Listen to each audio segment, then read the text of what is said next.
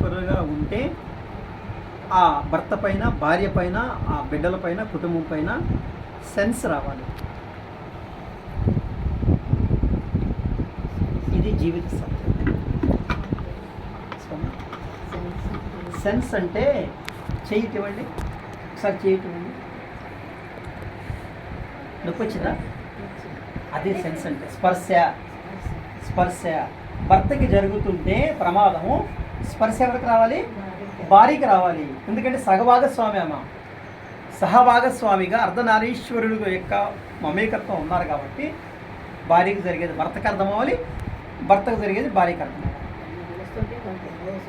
అలాగే శరీరానికి జరిగేది గిచ్చగానే నొప్పి వచ్చి అబ్బా అని చెప్పని వదిలించేసింది మన లోపల ఉన్న సెన్స్. శరీరానికి జరుగుతుంటే ఎక్కడ అర్థమైంది? లోపల ఉన్న బ్రెయిన్కి అర్థమైంది. అవునా కదా?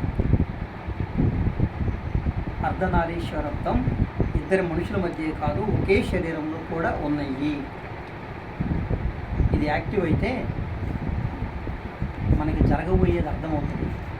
మంచివాళ్ళు ఎవరో, చెడ్డవాళ్ళు ఎవరో, మనం తప్పు చేస్తున్నామా, ఒప్పు చేస్తున్నామా మనకు అర్థమవుతుంది. ఆరోగ్యాన్ని ఇచ్చేటువంటి శక్తి ఔషధంలో ఉందా, మన అంతరంగంలో ఉందా?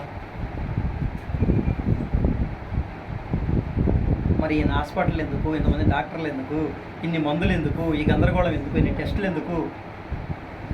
పెట్టుకున్నాం లేదా? జ్వరం వస్తే చెప్తుంది ఎవరు? థర్మామీటరా?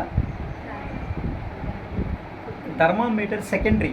ఫస్ట్ మనకు అర్థమవుతుంది ఒళ్ళు వేడిగా ఉంది, ఒళ్ళు నొప్పులుగా ఉంది, తలనొప్పిగా ఉంది, ఇదేమన్నా జ్వరమేమో అని థర్మామీటరు స్కానర్ పెడితే అర్థమవుతుంది.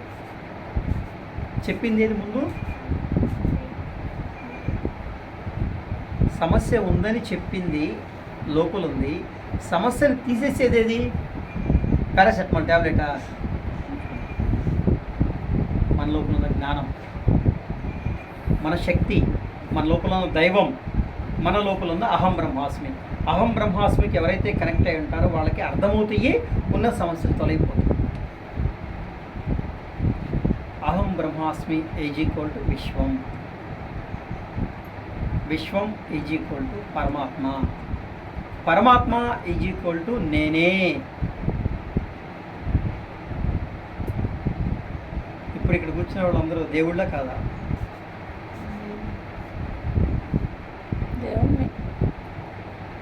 దేవుళ్ళే. మీ శరీరానికి మీరు దేవుడు, బయట కనిపించే ఆ శరీరానికి మీరు దేవుడు. ఆ దేవుడికి చేరాల్సినటువంటివన్నీ తీసుకొని, ఊపిరి, తాగాల్సిన నీరు, కావాల్సిన గ్రావిటీ, తీసుకోవాల్సిన ఆహారము, కావాల్సినటువంటి టెంపరేచర్, ఉష్ణం అన్నీ కరెక్ట్గా పర్ఫెక్ట్గా ఉంటేనే ఆ దేవుడు లోపల పనిచేస్తాడు. పల్స్ పడిపోయిన ఇంకేమవుతుంది? షుగర్ లెవెల్ పడిపోయిన దానికి ఏమవుతుంది? బీపీ లెవెల్ పడిపోయిన దానికి ఏమవుతుంది? హ్యాపీగా ఉంటారు వాళ్ళు, కైలాసమే. అంటే ఏమవుతుంది? అనునిత్యము జరగాల్సిన కైంకర్యాలు, ప్రతి క్షణము జరగాల్సినటువంటి మన శరీరం లోపల జరగాల్సినటువంటి అభిషేకాలు ఆగకూడదు. సోమవారం వస్తే శివాలయంకి వెళ్ళి చేసే అభిషేకం కాదు నేను చెప్పేది. ప్రతి క్షణం లోపల అభిషేకం జరుగుతుంది మనకి. వెళ్తుందా శ్వాస? ఎక్కడికి వెళ్తుంది? తిరుమలకి వెళ్తుందా, లేదంటే షిరిడీకి వెళ్తుందా?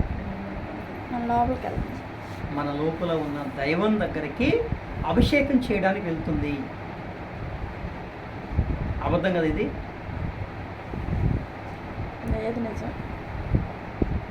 అభిషేకం ఆపి చూడండి,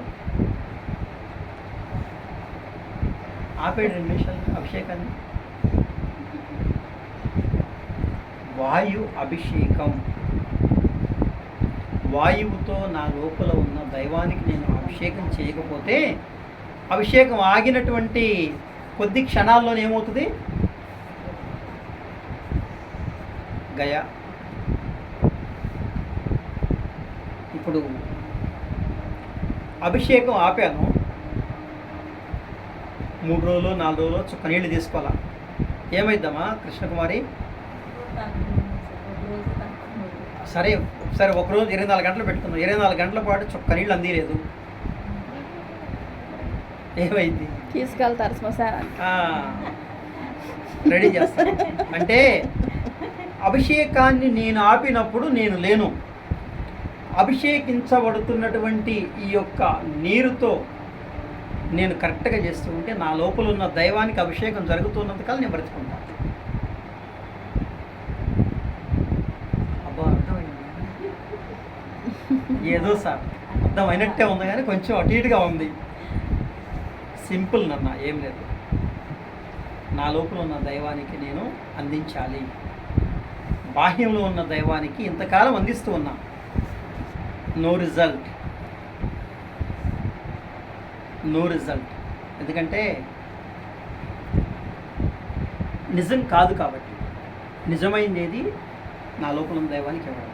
ఆ దైవానికి కరెక్ట్గా అందిస్తే ఆ దైవం మీకేం కావాలో అందిస్తుంది. ఆ దైవం నిలబడి ఉంటే మనం నిలబెట్టింది. ఆ దైవం పడిపోయింది అనుకో లోపల, నేను మంచాన పడతా.